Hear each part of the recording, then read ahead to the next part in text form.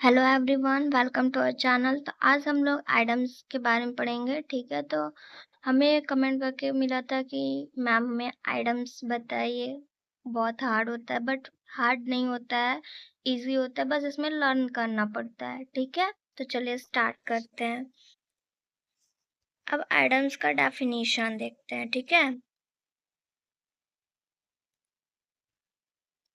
ये बोल क्या रहा है कि an item is a group of word. ये एक ग्रुप ऑफ वर्ड होता है हुज मीनिंग इज डिफरेंट, जिसका मीनिंग बहुत अलग होता है। And literally meaning is individual word, but कोई जो मीनिंग होता है वो एक पर्टिकुलर एक वर्ड में होता है। ठीक है, जिसके ढेर सारे मीनिंग्स होते हैं। जैसे कि सिंपल वर्ड में देखें तो item is special meaning but not direct meaning. कोई एक स्पेशल मीनिंग होता है बट उसका कोई कोई मतलब नहीं होता है। ठीक है, आगे देखते हैं। की फीचर देखते हैं कि क्या की फीचर में क्या बता रहा है कि fixed expression word can not be change easily. उसका हमेशा फिक्स रहता है, बट कोई वर्ड चेंज नहीं होता है। Meaning is a figurative not literally. जो मीनिंग हमेशा होता है वो फिगरेटिव में रहता है। ठीक है, commonly use in spoken and written English, जो कि आप लोग उसको बोल सकते हैं और लिख सकते हैं इंग्लिश में। ठीक है, आगे देखते हैं। एग्जाम्पल देख लें, जैसे कि इसको याद कर लीजिएगा आप लोग। पहला ब्रेक द आइस, आइस को तोड़ो। क्या मतलब है इसका? इसका है स्टार्ट अ कन्वर्सेशन, बातचीत शुरू करो। हिट्स द बुक, बुक को मारो नहीं। Start studying, understand the weather, weather को under the weather. Feeling shake, once in a blue moon, very rare. Blue moon बहुत रेयरली मिलता है, दिखता है, तो उसको very rarely. Piece of cake, very easy. Piece of cake की तो जैसे लग रहा है बहुत इजी है। ठीक है, ऐसे ऐसे वर्ड्स होते हैं। तो आइटम्स बहुत एक कंप्लीट सेंटेंस का वर्ड होता है, जो कि एक अपने आप में अलग ही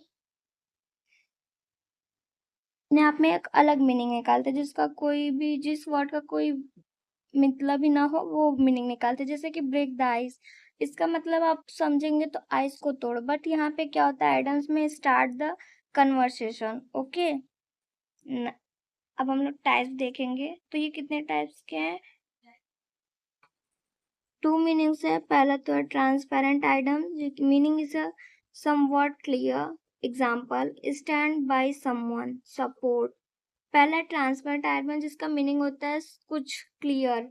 ठीक है, जैसे कि स्टैंड बाय समवन, किसी के लिए खड़े रहो, तो क्या इसका मीनिंग आया? सपोर्ट। मतलब इस ट्रांसपेरेंट में मतलब कुछ चीजें क्लियर रहती हैं, बट ओपेक आइटम्स में क्या होता है, meaning is a completely different. मतलब उसका मीनिंग पूरा का पूरा ही डिफरेंट रहता है। जैसे कि किक द बकेट, बकेट को मार डालो नहीं, टू डाई।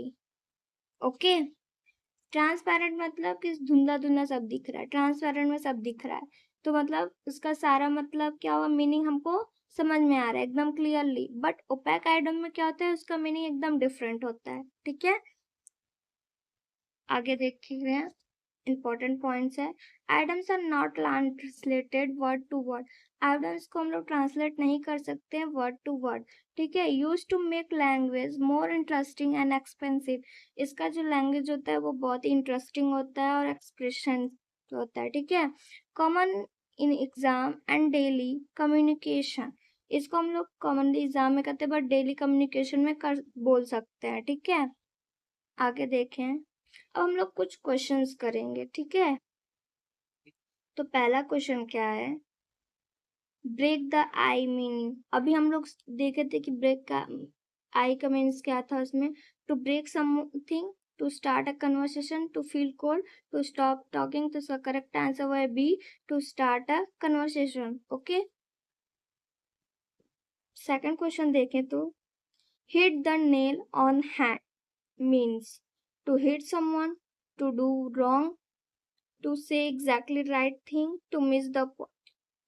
तो इसका क्या मतलब है, hit the nail on the head, नाखून से उसके सर पे मार दो। ठीक है, नहीं ये गलत बात है। To say exactly right thing, जो भी सही है उसको सीधे से बोलो, ठीक है। थर्ड क्वेश्चन देखें।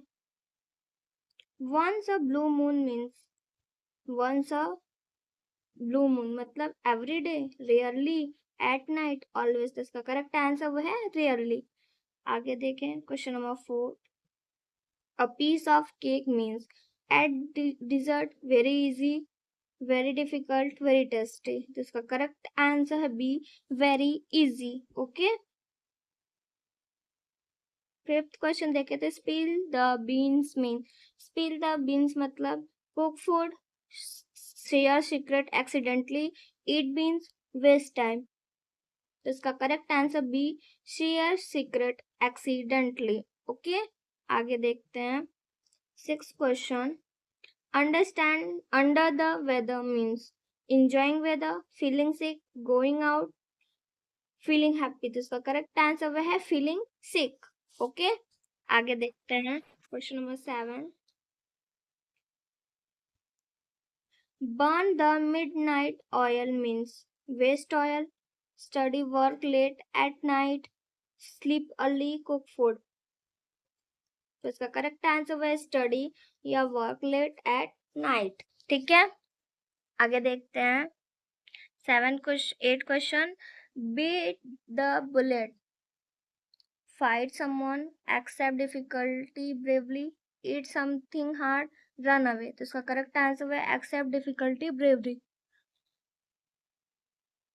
ओके, तो इसका आगे देखते हैं। 9 question. Cost an arm and leg means cheap, very expensive, free, worthless. तो इसका correct answer very expensive. Okay, 10 question देखते हैं। See eye to eye means look at eye, agree with someone, fight, ignore. तो इसका correct answer agree with someone. Okay, आगे देखते हैं। Important जो कि एग्जाम में आ सकता है आपका, ठीक है।